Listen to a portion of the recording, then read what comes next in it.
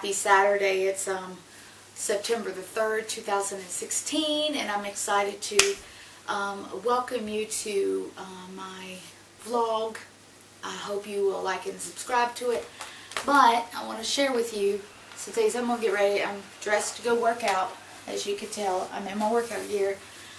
I'm not going to do a long workout today, I don't think, because last Saturday I started prepping for a half marathon. Yes, that's a big jump from a 5K.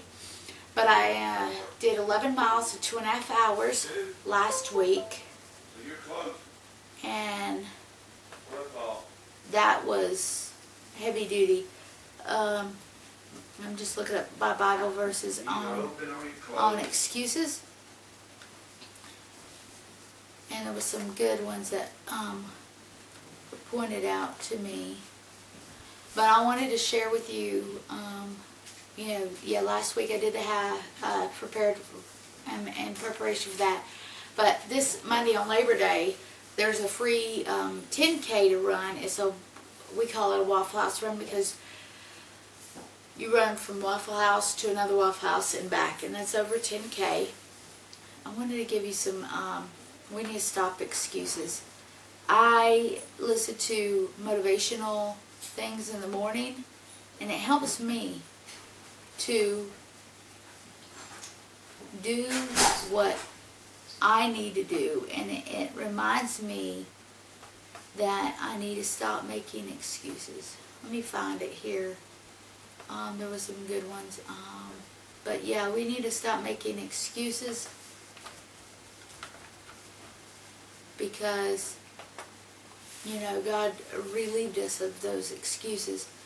Okay, Moses had 4 excuses and God had something to say to each excuse. One excuse, who am I that I should go to the Israelites? And God says, I will be with you. So, God's going to be with you no matter what you try to accomplish and everything. So just remember that. And then, what if they do not believe me or listen to me? And as for my business or anything I try to do, that's one thing that concerns me. And it concerns probably a lot of people, maybe you. You're like, why should I talk to them? They won't believe me. They won't trust me. God says His power will be with him. That's what it says here. His staff in hand. So, and then excuse 3. Oh Lord, I've never been eloquent. I'm not eloquent. As you can tell if you've been watching my videos, I am totally awkward in this, and I have no clue what I'm doing half the time. So I thank you for supporting me and watching and trying, and just encouraging me to keep trying. And that's what we gotta just be persistent, diligent, and committed. Them are things that we all need in our life. But yes, Moses said, oh Lord, I've never been eloquent. God says, I will help you speak and teach you what to say. So I'm going to have to trust Him to teach me what to say on this YouTube channel because I'm just whatever. So, and then there's, please send someone else. So God says to Moses to take Aaron. I will help both of you speak and teach you what to do. So remember, no matter how inadequate you feel, God equips those that He calls. So if He calls you to start a YouTube channel, He calls you to start a business or run a marathon or whatever, He's going to equip you. But there's some races coming up, and that's what I want to prepare for. I've got this 10K on Monday. Today is Saturday, so that's Monday. And then later this month there is another race coming up. There's a race almost every month. And the half marathon is in October down at the beach. So I'm hoping to share my progress with you. So like I said, last week I did 11 miles, 2.5 hours. Today don't think I'm going to do 2.5 hours. I've been sore like almost all week. I can't say it was from totally that because on Monday I did a XPT class was it was a HIIT class. It was 30 minutes of like a lot of squat presses, and my thighs were sore. And then at work, I work with kids, so picking up two heavy 2-year-olds can do a number on your back. And that's what I'm thinking, and Lord, is this where you want me? You know, but the Lord has got me through another week with a bunch of children all week. But yeah, I want to just share with you, hopefully I'll show you some clips of my working out and all that. But remember that, give up the excuses.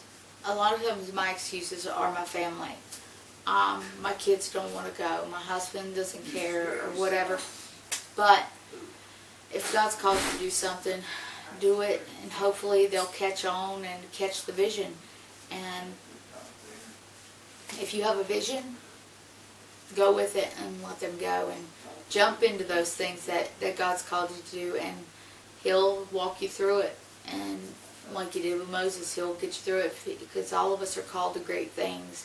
And I think if we all really passionately believe that and do as what we claim we believe, we would stop holding back and stop letting fear and excuses come in the way and stop everything. So we'll see what Matthew's got in his bag. It's over at Back and Dash here. And where you at, Matthew? Oh, he got him a honey stinger vanilla waffle thing for energy, I guess, to get through swimming. What else, Matthew? And we did buy those goggles. Hopefully they will work out. He's just got to lay off rubbing those lenses since they have the Oh, let me show you a place where I used to live when I first moved to Albemarle. I'll show it to you in just a second. Matthew, you can point it in that direction. That big, huge building there. That's where I was on the 3rd floor. In the back part. I wasn't in the front part. I was on that one right below the top floor. And that's where I lived when I first moved to Albemarle. Lived there from, let's see, July, August, maybe 3 months? I think I lived there 3 months. It was managed by an alcoholic, so it obviously was not a most pleasant experience. But I looked that building up before, and it has a great history. When it was first built, like a Fitzgerald or something like that. Had a ballroom and everything. But you can tell by the architecture on the inside, it was elegant. So, I mean, closer look at it, Matthew. I mean, now it's been empty for years now, and I'm thinking, it'd be great if they just redo it. It'd be a great place for God to do a work there. Places for people, so women, maybe for women that are single, and they don't have to shack up with anybody. There's no way people working at McDonald's or Walmart or anywhere can make enough money to live on their own. Let's see if we can cross over there and take a closer look, Matthew. Everything. Well, I mean, show them the building. But yeah, I was on the 3rd floor up there. They had a lot of issues with fishy people, I guess. We got an elevator in there. This was built in, like, I think the 30s. But yeah, if anybody wants to open up a ministry place where they house women that need a place to stay, it's got a big, huge fireplace on the inside. Big, huge fireplace. And look at the floors. I mean, it's the tile work and everything. Beautiful place. If it was redone to its back to its former glory. But yeah, here, let's go around to the side, Matthew, and look at it from the side. But it'd be great ministry opportunity. I was thinking it'd be great, the top floors for your housing single women and single mothers, maybe. And then a floor for your teaching and education, helping improve women's lives. Yeah, so at the basement you just have a barber shop and everything. Look up there, Matthew. See up there how a lot of work that needs to go into it. I think the bank owns it now and stuff, but it would have been beautiful. You want to go this way, Matthew, so they can get a view of the back? But yeah, if anybody would like to invest into some property that I think would be worth it, because it is one of the biggest buildings in Stanley County or in Albemarle. I mean, it's huge.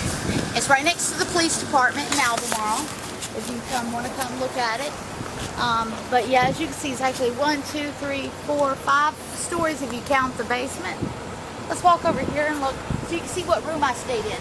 You've never seen what room I stayed in. They're pretty much one room. Most of them are one room suites with bathrooms. The one I stayed in didn't have closets. Here's the look on the side here. See all the stuff. I stayed up on the 3rd floor. See the roof? But I stayed like right one of these windows over there in the toward the center here. Yeah, I think that one over there I stayed in, right there. This one? Yeah, I think so. I think that's the one I lived in for 3 months when I was about 20. No, I wasn't 20. I was 18, 19. I stayed there. Found out I was pregnant, and then we moved into some apartments. They ended up getting knocked down eventually to expand the jailhouse. But yeah, this would be a great tool to be used for the Lord. That's what my desire would be, is to have it be used for God's purposes. And but yeah, no one can live independently on their own. A single woman or man, for that matter, working at McDonald's, Walmart, Burger King, doesn't matter. Minimum wage, 40 hours a week, is not going to pay the bills. Most places don't get 40 hours a week anyway. Place something like this, and have classes here, and they have shops at the bottom that are empty that could be opened up for people to, some of these people work, and it would be a great income opportunity for some, and as well as opportunity to teach and witness to people. Some said it'd be a great dream center thing or something, but I don't know. You guys, if any of you watching this are interested, you could come check it out. Look it up online. The old Albemarle Hotel, not motel, hotel, and I think it was built in the 30s by the architect. I think was Fitzgerald. So you could look that up later. So I'll catch you back later at the Y. Just saw me try to do a pull-up, and I couldn't accomplish that very well. So we're going to pull it up this here and everything. I got it on 100 pounds. Obviously, it's not very heavy, so I'm going to pick it to 120.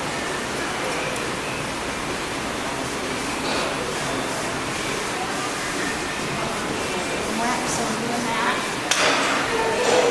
Maybe I'll put it to 140.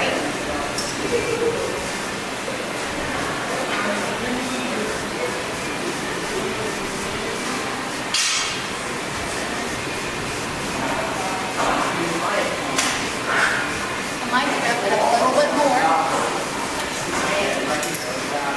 Got it up closer to my body weight. As you can see there, so I'll try for 5 reps.